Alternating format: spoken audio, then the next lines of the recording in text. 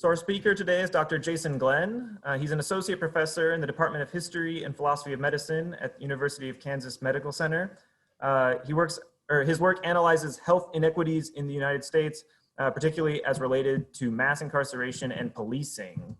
And Jason, I think you can launch the screen share whenever you're ready to go, and we'll go ahead and get started. All right, thank you so much, Matthew, and thank you all for joining me today. I thank Terry for the invitation, and it's always a good occasion to address this crowd. So I'm going to talk about the impact of coronavirus on folks who are incarcerated, and there's been a lot in the news about it. You know, there was a lot early on. Some of that reporting has tapered off some, but hopefully I should be able to give you understanding of sort of the larger picture and where we stand right now. So first, just like to point out in terms of how the epidemic compares to free world populations compared to incarcerated populations, more than 40 of the 50 largest clustered outbreaks of coronavirus in the country have occurred in jails and prisons.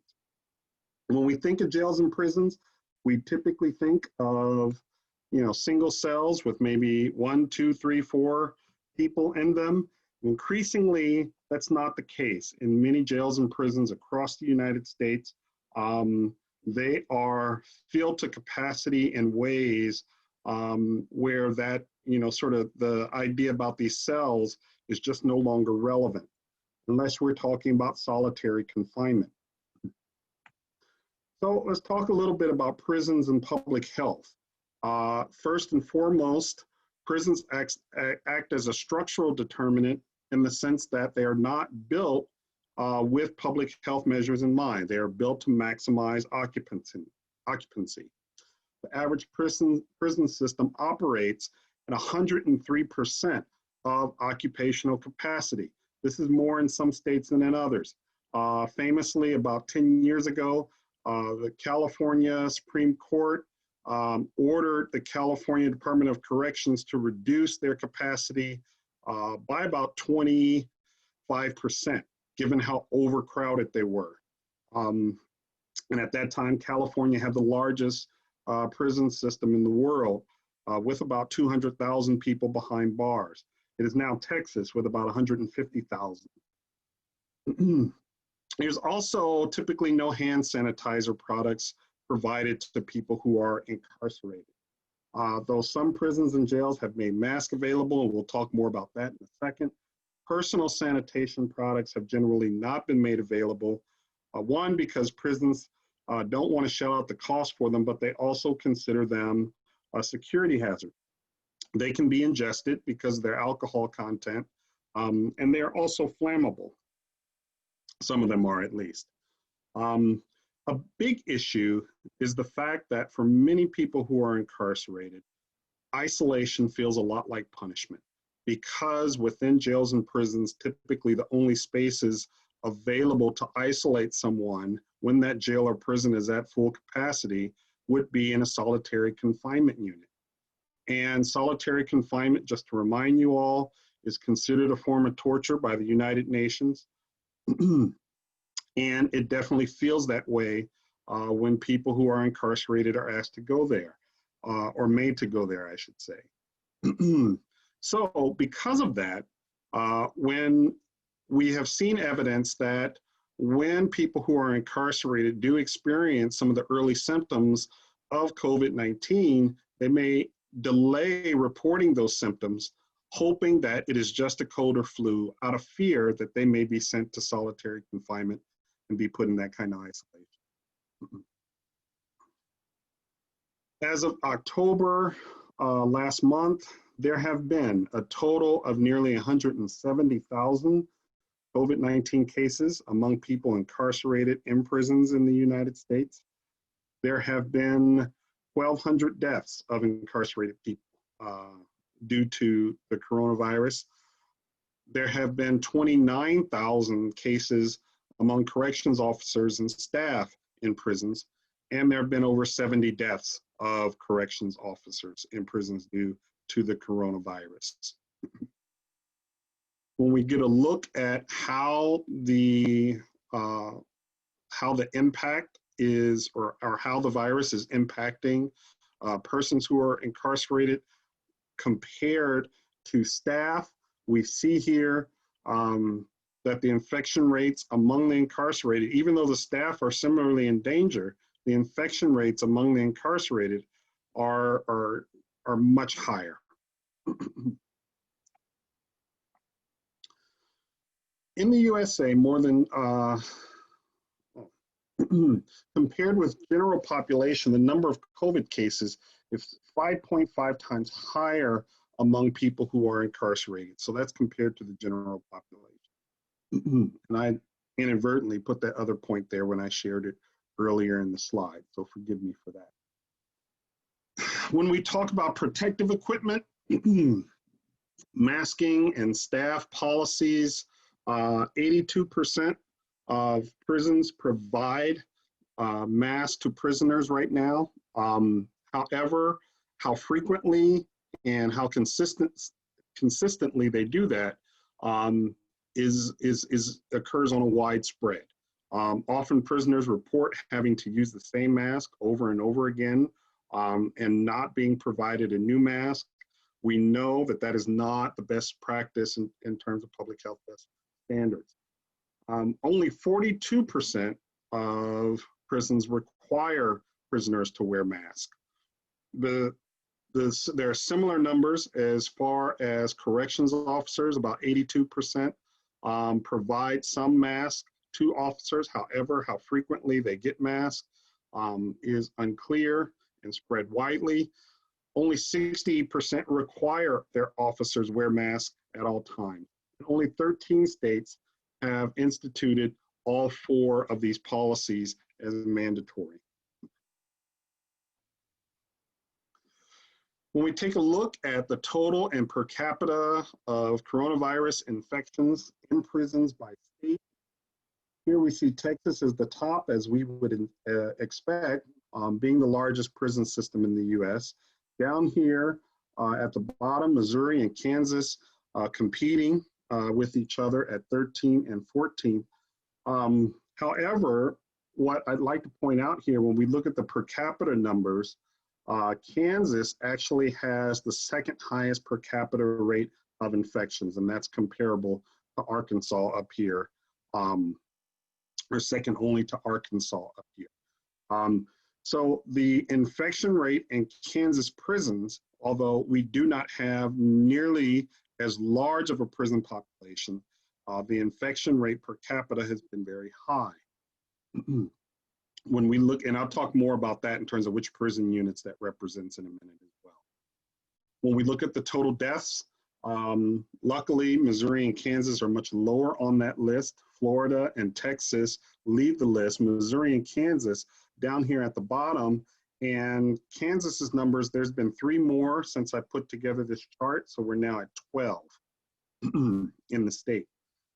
And if you look over on the right-hand side, this is kind of a mini chart within a chart where we can see when those infection rates and death rates have spiked.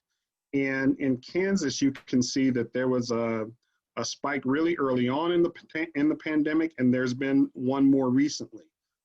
And this we can kind of see reflected in these numbers here. So these are the latest data from the Kansas DOC, and we can see here that the Hutchinson and Lansing prison units have had the highest number of coronavirus cases at 986, 982.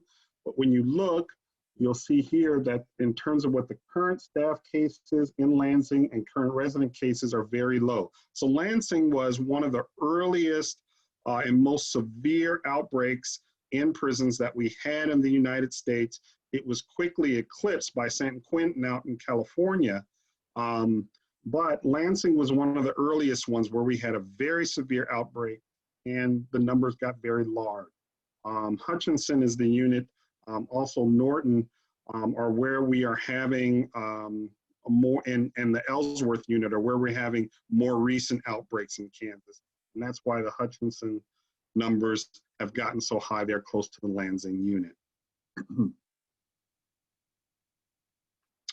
For those of us working, scholars working on the issue of mass incarceration, what we have universally tried to emphasize is the urgent need for decarceration as the only way to really address the crisis. And what do we mean by decarceration? First and foremost, we're talking about the release of nonviolent offenders. Most people in jail and prisons, it's important to point out, are there on drug charges and other nonviolent felonies and misdemeanors. And so we're talking about releasing the ones who are there who don't pose a violent threat to society. We're also talking about compassionate release for elderly prisoners. Due to a wave of mandatory minimum sentencing laws and 3 strikes laws that passed in the late 20th century, there's a huge number of aging prisoners in US prisons throughout the United States who no longer pose a threat to society, and some of whom are pretty ill already, and therefore extremely vulnerable to if a coronavirus outbreak were to take place at their unit. So we're talking about compassionate release for those elderly prisoners. We're also talking about ending the cash bail system. There were many cash bail reform measures in some of the states across the country with this past election. And just briefly, cash bail, which was started as a way to try to hold on to people who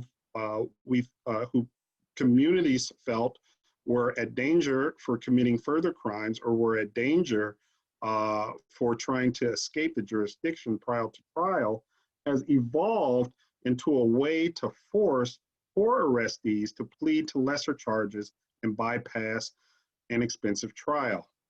And this happens with very aggressive practices from district attorneys to overcharge many poor persons to get them to plead down to a charge that's more akin to perhaps what they did.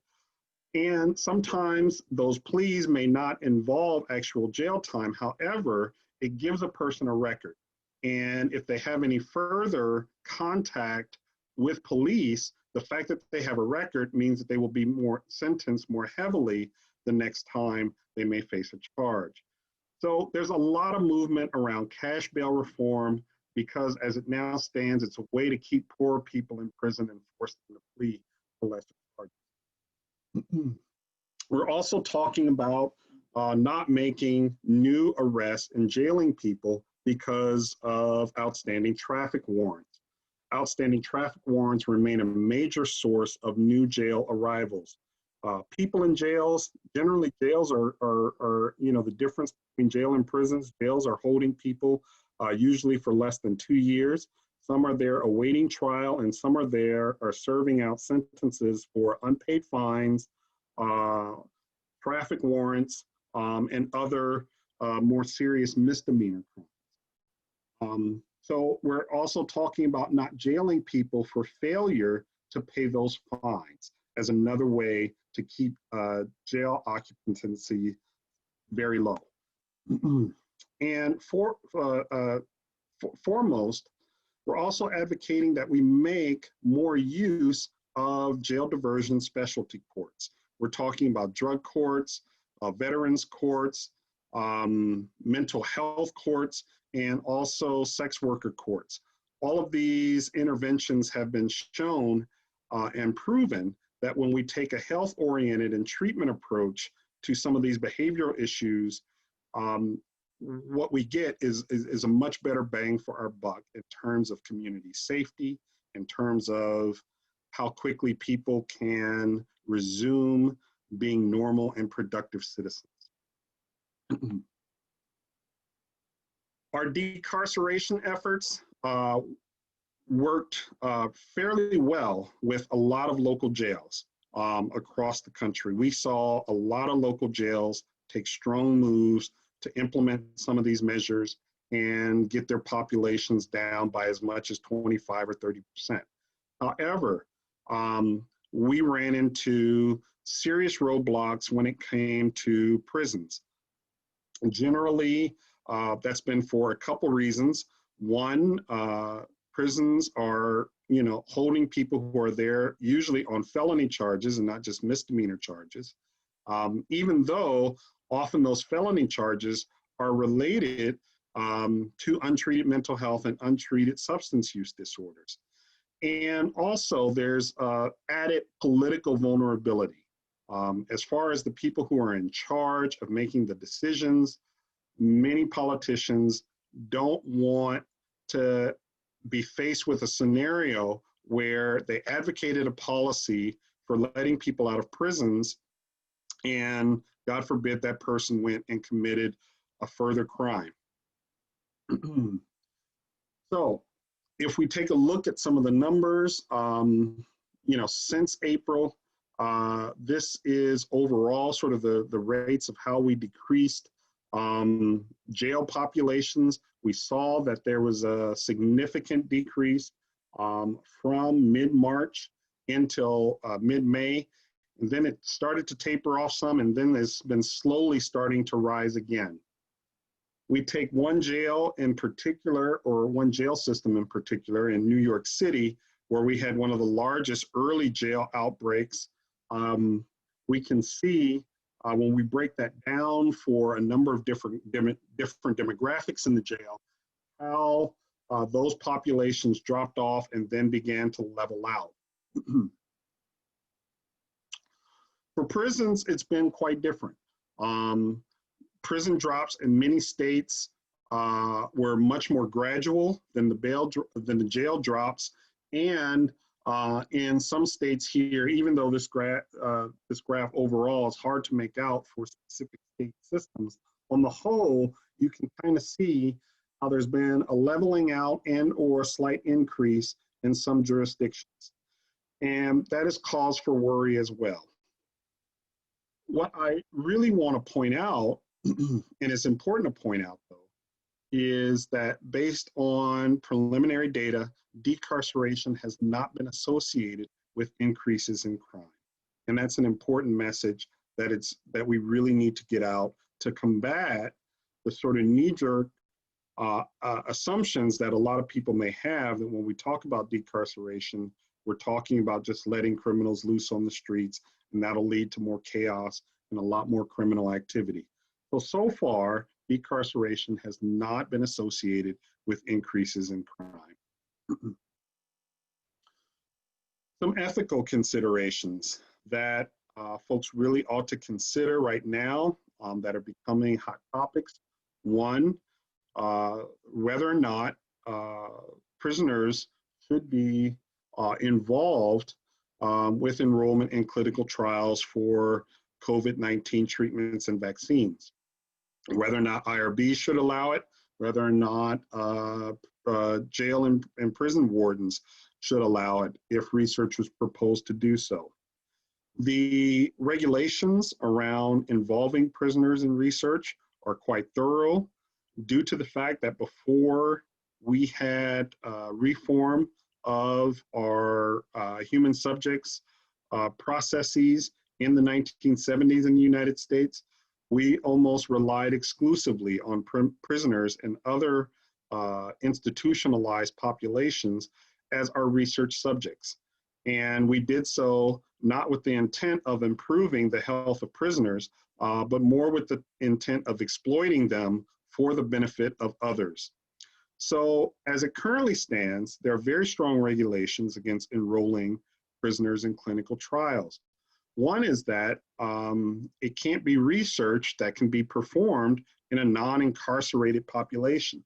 It also needs to be research on an issue or illness that primarily affects people who are incarcerated. One could make the argument that because people who are incarcerated are more heavily affected than the general population, that may constitute a reason why they should be involved. There also is a provision that any research done using prisoners has to have a likelihood of benefit, and not just a possibility of benefit, right? So early phase 1 and phase 2 trials need to have shown that there's a clear likelihood of benefit that is going to be accrued to any incarcerated population that is enrolled in a clinical trial. So those are the main reasons. And, yet this has, become an issue, an ethical issue that we are debating right now. Also, vaccine prioritization.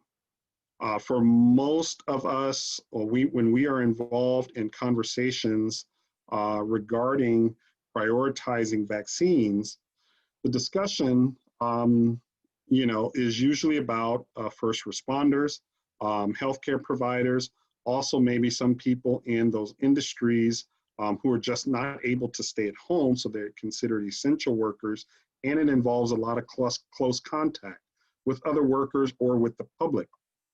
But rarely do we hear prisoners cross anyone's lips when we talk about who we are going to prioritize to receive vaccine when one is released.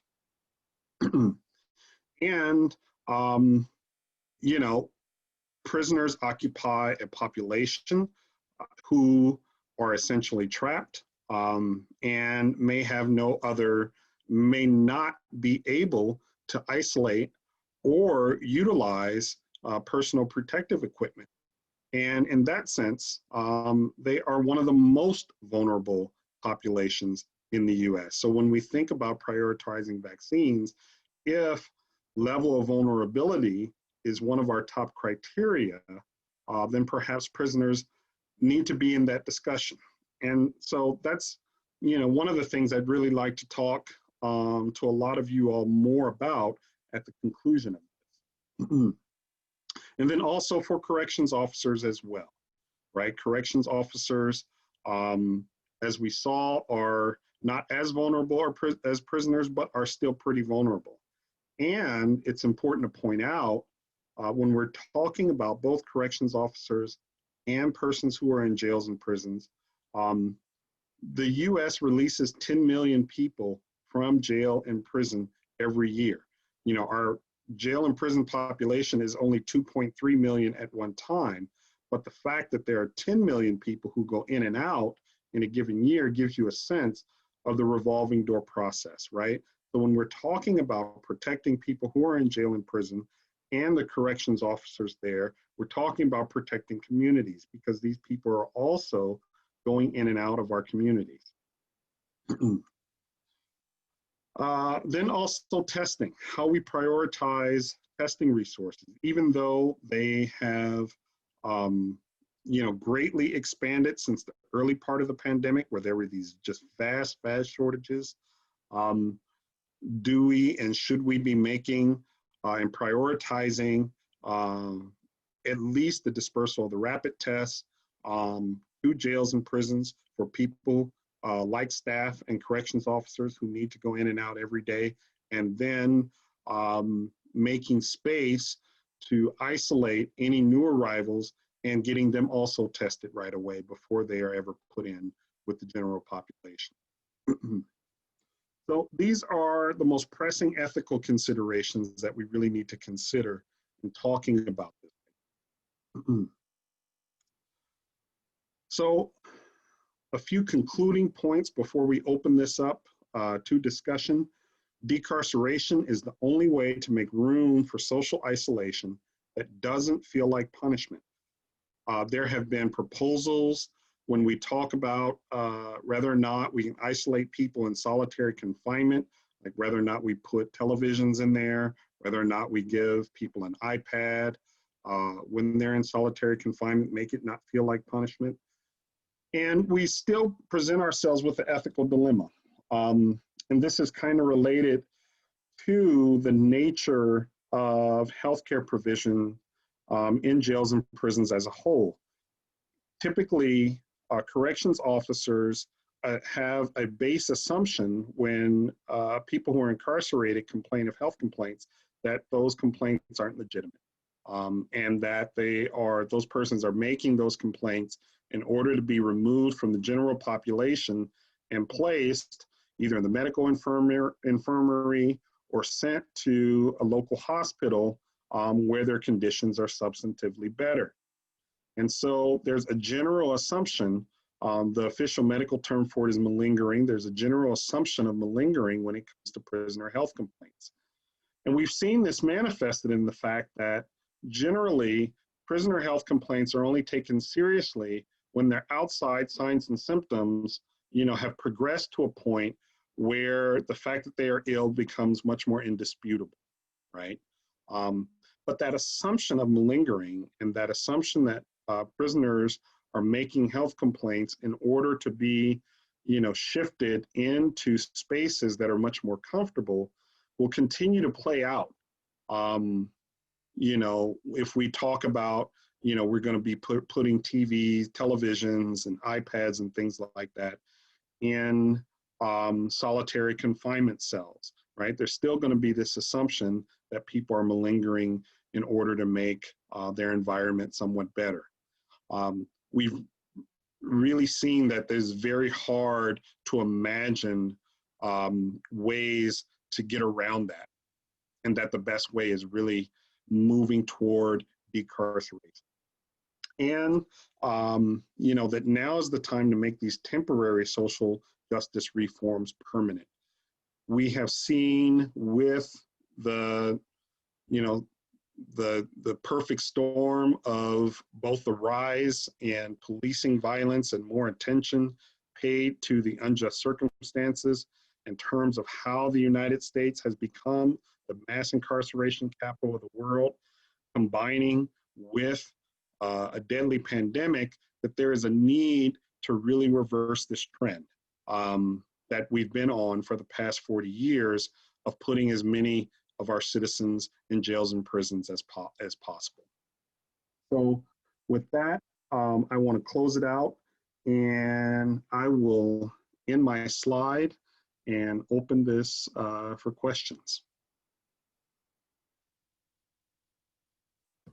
Well, thanks very much for that, Dr. Glenn. We have a couple of questions that have come in kind of over the duration of the presentation, and I would just like to remind everyone who has connected today that if you have any questions and want to join the discussion, you can submit them via the Q&A tool or the chat. I'm keeping an eye on both of them. Why don't we just go ahead and get started with this first one, which was a question from David asking, how have the infection rates been calculated, mass or random testing, testing symptomatic patients, or other methodologies? We have advocated for random testing, but most jail and prison systems have not had the resources just opt into random testing. So most of the testing is done for people newly admitted and then once outbreaks occur. Was there another part to that question? Just asking if there were like other methodologies they were using. Yeah, we would like to see an increase in randomized testing, of course, to get at those cases that are pre-symptomatic, which is the most dangerous phase. But so far, resources haven't been made available to jail and prison systems to do that. All right, thanks. We would also like to see mandatory universal testing for anyone newly admitted to a jail or prison. The most common practice right now for units that have managed to make a little space is just to isolate people for 2 weeks. So there may be a general isolation, cell or room where new admits are put for a period of 2 weeks. And then once it's demonstrated that there has been no outbreak within that cell, then they are sent then to the general population. There are some, more basic screenings used, like temperature and whatnot, and a questionnaire asking people if they've experienced any symptoms. But most jail and prison systems right now do not have the resources to perform a nasal swab test on all new entrants. All right, thanks. And I wonder if we could just follow that up with David's Mhm. follow-up question in regard to employees. So same question, but in regard to prison employees. There have been slightly more resources allocated for employee testing.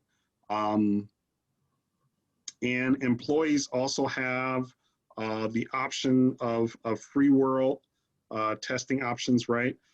In addition to the whatever testing options are provided by their employer. But on the whole, you know, what really needs to happen are those rapid tests being made available for every shift change. So every time someone new is coming into a jail or prison, or anytime an employee is starting a shift, they need to have that rapid test available to them prior to interacting with anyone within the unit. We have a kind of a larger scale question from Jan here. It says, if decarceration has not increased crime, why are prison rates starting to increase again? That's a long and detailed answer. I'll try to give you the short of it. One, as a society, over the past 40 years, we've put in a lot of measures where we have become dependent on mass incarceration. That it's not simply an issue about the amount of crime, right? So when we are talking about one, who owns state or prisons and jails when they are privately owned, or there's also a contract of co-ownership, there's a reimbursement rate, you know, per prisoner per bed, right? There are, you know, that plays into a lot about mass incarceration. Also from the side of policing, you know, there's been a lot of work that those in, you know, the sort of mass incarceration scholars have looked at in terms of, you know, how policing and, you know, prosecutions have all skewed toward not only this very biased way of policing, but a sort of neoliberal approach to policing. How do we make policing profitable? How do we make incarceration profitable? Incarceration is profitable not just for the prison, it's profitable for the local community which houses that prison. Oftentimes prisons are put in very sparse rural communities, and US law allows those communities to count prisoners as part of their population in census counts and things like that, right? And this determines how many congressional resources get allocated towards those communities. Even though those persons who are incarcerated there, you know, have no civil rights in that community in terms they can't vote or do anything like that, right? Incarceration has also become profitable.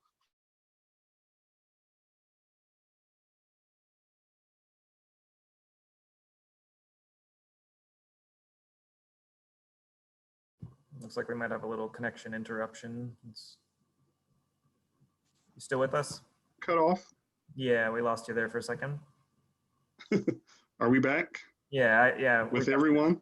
I think we lost you when you were you had just mentioned them prisoners not having any civil rights in the community in which they're imprisoned. Yeah, it's also profitable for all the subcontractors. You know, people who provide food to prisons, people who provide toiletries, medical service to prisons. Most medical services to prisons are provided by small for-profit, you know, private healthcare companies, and they are also usually done so on a managed care type contract, right? Where there's incentive to not treat. You know, you're paid per prisoner per year, a flat fee, and the less contact you have with those prisoners and the fewer services you dole out, the more money that you save as provider, right? There are all these perverse incentives that have creeped into our system of mass incarceration that we really need, comprehensive action at the policy level and at community levels to push for a lot of these policies to be reversed. Yeah, I'd like to follow on with kind of just my own question. Are there any states that are sort of breaking the mold here and are maybe doing a better job on the prison front? I mean, I noticed in one of the graphs that you gave that Missouri, I think it was Missouri and Pennsylvania both were at like a 14% mark, but like Pennsylvania is going to have a lot higher populations, that represents a lot more people. And I know that like Larry Krasner in Philadelphia is doing a lot of work kind of like this. Is like Pennsylvania an example of a place where this is going better, or are there other ones around the country? Yeah, that's an example. Those examples you brought up were good. Also, just on November 5th, New Jersey, their State Department of Corrections announced they were releasing 2,000 people. Wow. We are getting some movement in the right direction. And hopefully now that the election's over, various jurisdictions may feel a little more free to do so. And also that we're seeing the numbers rise again. Uh-huh. There, were a lot of early outbreaks, and then a lot of jurisdictions tried to take some prophylactic measures, and now we're seeing very heavy outbreaks again. And I think that's pushing a lot of jurisdictions towards saying we need to do something more drastic. Mm-hmm. So you'd mentioned that there were 13 states that implemented all the safety guards. Patricia asks, well, which states are those, if you happen to have that list? But I'm wondering also if we've seen any direct correlation between those states and fewer incidences of disease, death, maybe increased decarceration rates. Is there any correlation? There is correlation. I don't have the list of all those states. A lot of that data was from the Marshall Project, and they've been collecting. They have a specialized site on it. And I could get that for anyone, or actually send a link, and I'll put that link in the tab because their resource is really excellent on that. So I will get that link and put it in the tab. Marshall Project, is that a university or a federal? Who's funding that? The Marshall Project is a criminal justice reform collective. Oh. Yeah, almost like a think tank in a way. But they release a lot of position papers on criminal justice reform. And one of the things that they've been big on has been collecting data on COVID-19 in jails and prisons.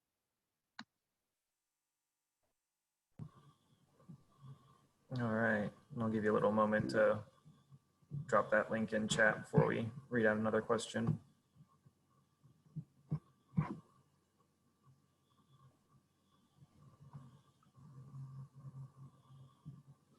Got it here. Let me put it in the chat.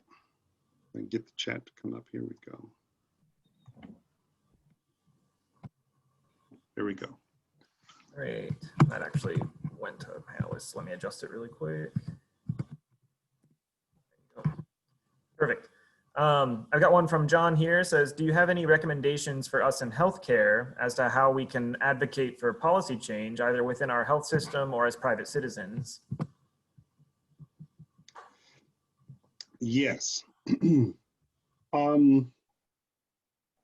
one issue that has, come up in a number of different contexts, not just related to coronavirus, has been the subpar and substandard healthcare that is provided to incarcerated populations by a lot of these small for-profit correctional healthcare corporations. Most notably recently, the reports coming from down in Georgia of the physician who was performing eugenic hysterectomies on various women who were being waited or who were, slated to be deported. And these are, taking place in various ICE detention, centers, specifically there in Georgia. But, as far as the most drastic and horrendous conditions of incarceration in the United States right now, they are in those ICE prisons. The ICE prisons and the people incarcerated there are not entitled to the same kinds of protections that US citizens are, as bare bones as those protections are. What we really would like to see is move toward a model where a lot of state correction systems are partnering with more professional organizations and particularly academic medical centers to provide health care for the state's incarcerated population. Sometimes that happens on an ad hoc basis for very serious secondary and tertiary illnesses, but primary care and the triaging of small illness and injuries happen kind of out of this ad hoc, for-profit, small companies that really, aren't ethical in terms of how they do business. It's not to say that correctional health provided by academic medical centers is perfect. I myself has done some research on, some of the flaws that are involved with that, but it tends to be done at a much higher level than small for-profit private companies. So that's one area where we can do a lot more advocacy and push toward in terms of making sure that we're not leaving the health of this most vulnerable population to companies that don't have the best interests of those patients in mind.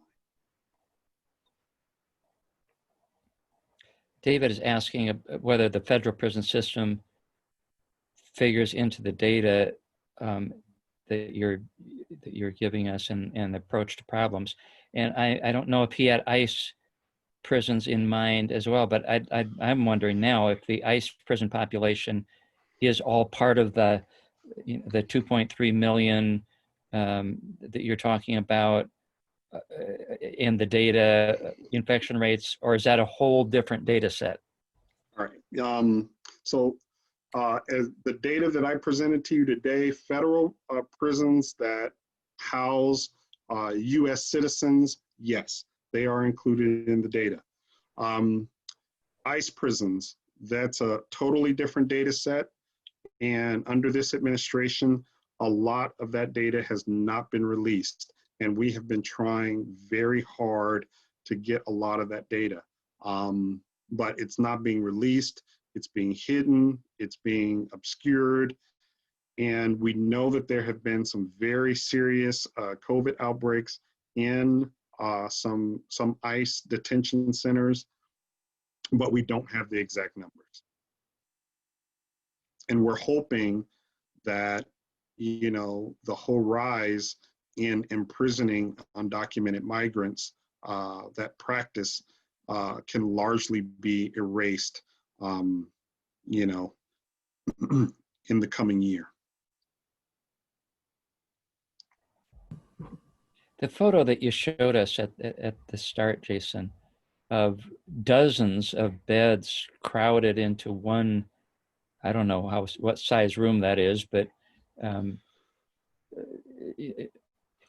that was a photo from a U.S. prison. Do you know where that photo came from?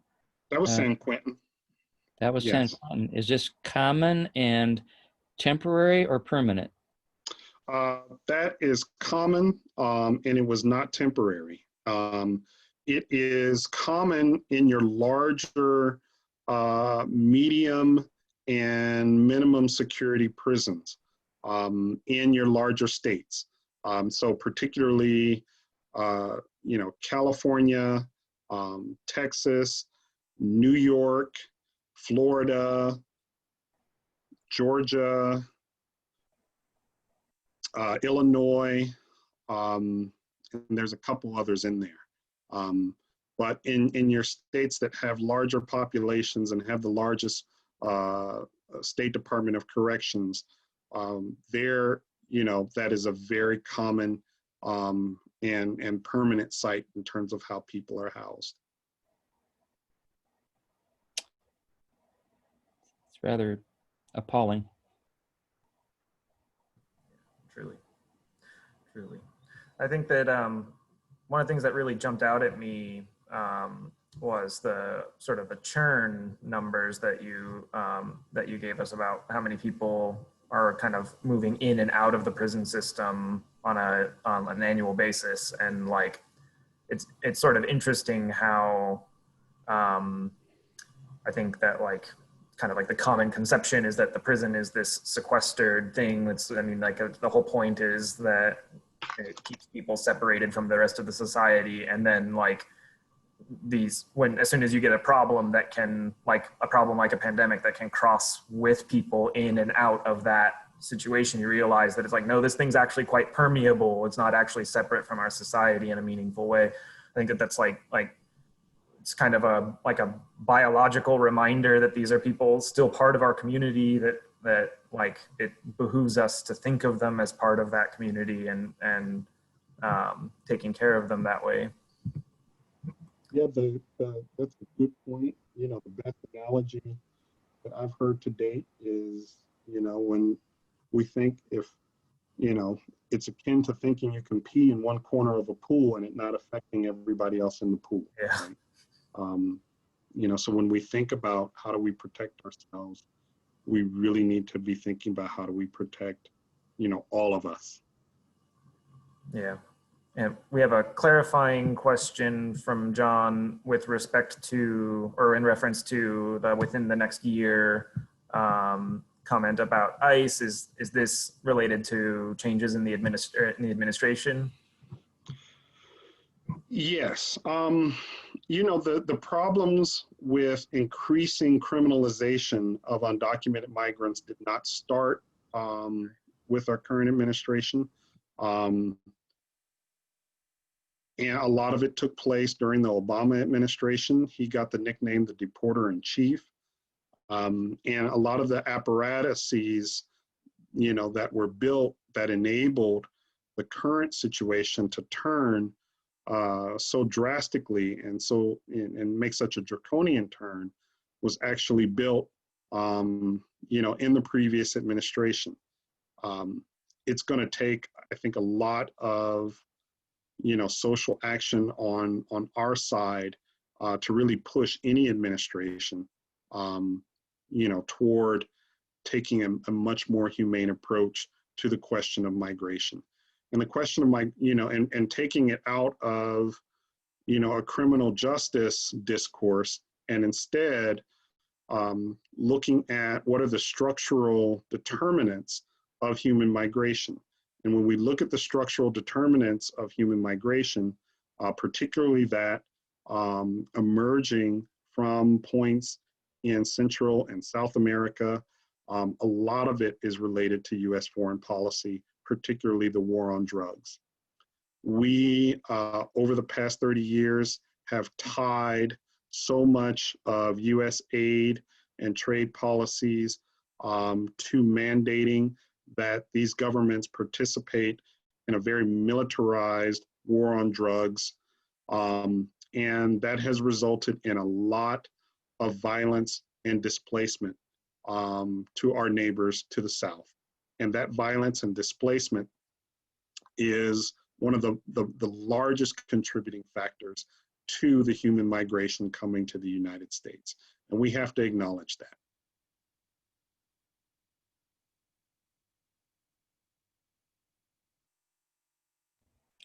Jason, I was trying to calculate mortality rate from the figures that you gave us of infection and deaths. And I'm no mathematician, but I was calculating something less than 1%. Is Do you think that's accurate? It seems like the mortality rate for COVID is actually perhaps less in the prisons than in the general population, based on that data, unless I'm calculating wrong. But I'm wondering if you have any data. Well, yeah, like, in general, people who are in prison are younger. That's what I Um, thought. It's probably an yeah, age so issue. people who are in jails and jails in particular are much younger than people who are in prison. So most of the serious jail outbreaks haven't resulted in large numbers of fatalities. The prison outbreaks, they're another issue altogether. And you have some older people who are incarcerated, but in general, people get arrested and imprisoned for crimes when they are on the younger side of things. So on the whole, when we look at jail and prison populations, they're younger. And that's probably why you see that mortality rate at around 1%. We've got a little bit of time left, so if anyone else has some last-minute questions they want to drop into the Q&A, I'd like to invite you to do that. I guess while we're waiting, are there any resources or anything that any other resources that you'd like to encourage people to check out with reference to sort of like further investigating this issue? Not offhand. There's a number of them. And, I'd encourage people to stay abreast of this issue when it's in the news and when there are opportunities that arise to advocate at your local institution to try to do so. And when you have influence with decision makers. All right, thanks. And then we've got one question here that came in from Linda. It says, seems to me that the first decade of serious impact of climate change in Central America is also driving migration to our southern border. Although maybe we will be willing to change the war on drugs and the violence it incurs faster than we will climate change. An interesting and unfortunate additional factor contributing to some of these forces. And then, that's a very good point. Globally, climate change and the way that it's changing people's ability to make a subsistence living where they are is a huge driver of human migration as well. And human migration is not just a problem that we're dealing with here. It's a global problem that's happening right now. yeah. All right. Well, and with that, I think it makes sense for us to wrap it up. Jason, I'd just like to thank you again for contributing your time and this really great presentation. And I'll let everyone who's on today, let everyone know that these sessions are recorded and we post them to our YouTube channel. I'd like to encourage people to check out that channel. You can just go to YouTube and search Practical Bioethics. You'll find us there. And this episode, along with all of the previous episodes for the Ethics Committee Consortium webinar series. As we go into December, we're going to be planning the programming for 2021. It's customary that we just make an invitation to the consortium if they've got any suggestions for topics that they would like us to check out. You can send them to me or really anyone at the center staff. And just keep an eye out for that schedule. It'll be coming before the end of the year. And I think right now we're planning mostly online events, just with the continuing factors of the pandemic. It's unlikely that we will have anything live.